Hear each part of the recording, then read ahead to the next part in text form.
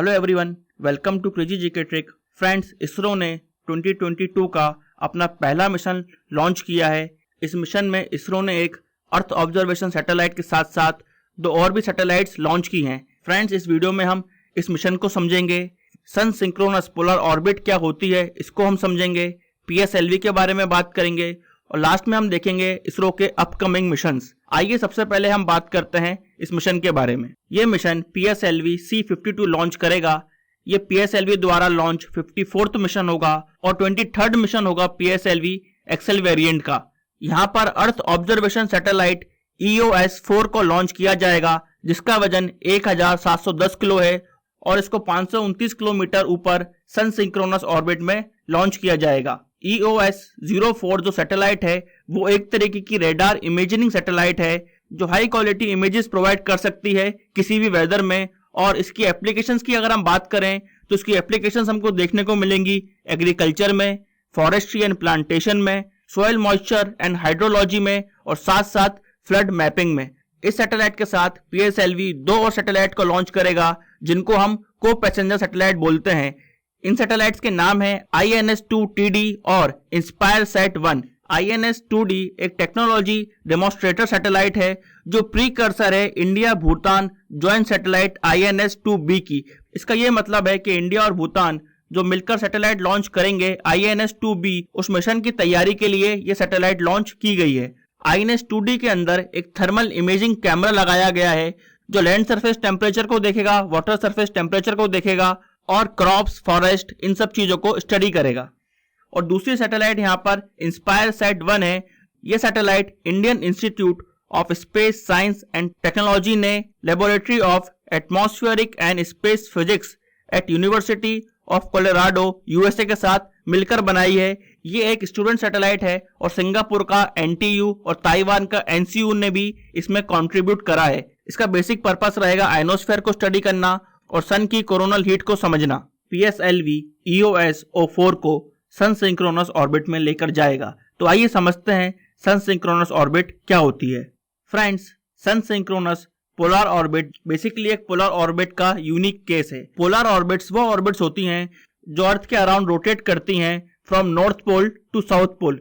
सन synchronous polar orbit एक particular kind of polar orbit है। इस ऑर्बिट का एक यूनिक पॉइंट है जिसको हमें समझना चाहिए। फ्रेंड्स, ये यूनिक पॉइंट ये है, अगर हम किसी भी सैटेलाइट को इस ऑर्बिट में रखते हैं और फिर हम ऑब्जर्व करना चाहते हैं किसी एक पर्टिकुलर जगह को, यहाँ पर हम मान लेते हैं कि हम दिल्ली के किसी पर्टिकुलर एरिया को रोज 2 बजे ऑब्जर्व करना चाहते हैं, तो फ्रेंड्स जो सैटेलाइट सन सिंक्रोनस ऑर्बिट में रहती है वो हर दिन 2 बजे दिल्ली के ऊपर आएगी और इमेजेस कैप्चर करेगी। इसलिए इस ऑर्बिट को सन सिंक्रोनस बोला जाता है, क्योंकि इस ऑर्बिट में जो सैटेलाइट होती है वो एक पर्टिकुलर जगह पर एक पर्टिकुलर टाइम से निकलती है और इस तरीके से हमको उस जगह के बारे में डेली ऑब्जर्वेशंस मिलते हैं।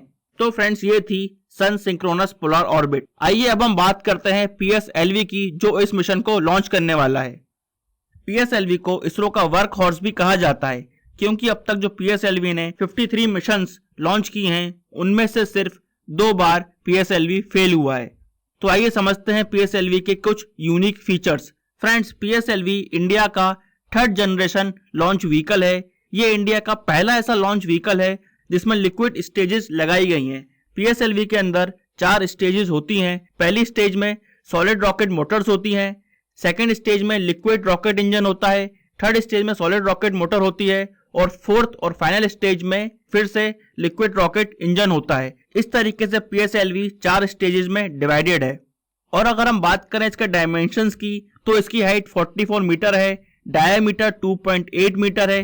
स्टेजेस हमने देखी 4 है यहाँ पर और ये लगभग 320 टन तक का मास उठा सकता है। PSLV 3 वेरिएंट्स में आता है, PSLV G, PSLV CA और PSLV XL। PSLV ने अपनी पहली फ्लाइट 20 सितंबर 1993 को भरी थी और सबसे सक्सेसफुल मिशंस जो PSLV ने लॉन्च किए हैं वो हैं चंद्रयान-1 इन 2008 और मार्स ऑर्बिटल मिशन इन 2013। ये थे कुछ पॉइंट्स PSLV के बारे में। आइए अब हम देखते हैं आने वाले समय में इसरो और कौन कौन से मिशंस लॉन्च करने वाला है। 2022 में हम इसरो का गगनयान मिशन जो फर्स्ट अनमैन्ड मिशन रहेगा उसको देख सकते हैं। उसके साथ हम इसरो का चंद्रयान 3 भी देख सकते हैं। यहाँ पर इसरो जो चंद्रयान 2 के दौरान इसरो ने जो विक्रम नाम का लैंडर और रोवर बनाया था उसको वो अच्छे से लैंड नहीं करवा पाया था मून सरफेस पर, इसलिए इसको चंद्रयान 3 में फिर से इसरो टेस्ट करने वाला है।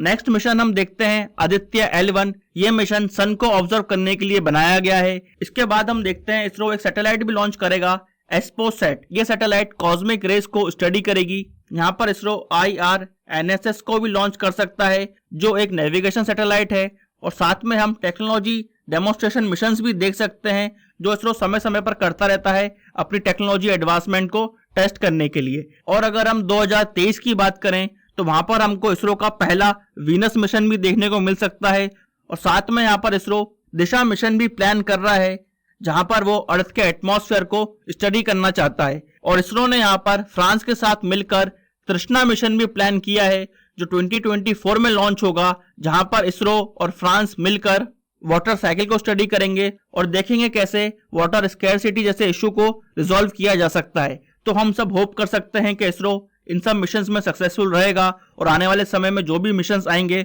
उन पर हमारी नजर भी रहेगी। आई होप आपको ये वीडियो इन्फॉर्मेटिव लगा होगा। ऐसे ही वीडियो देखने के लिए इस वीडियो को लाइक करें, शेयर करें और हमारे चैनल को सब्सक्राइब करें। Till then, bye bye and take care.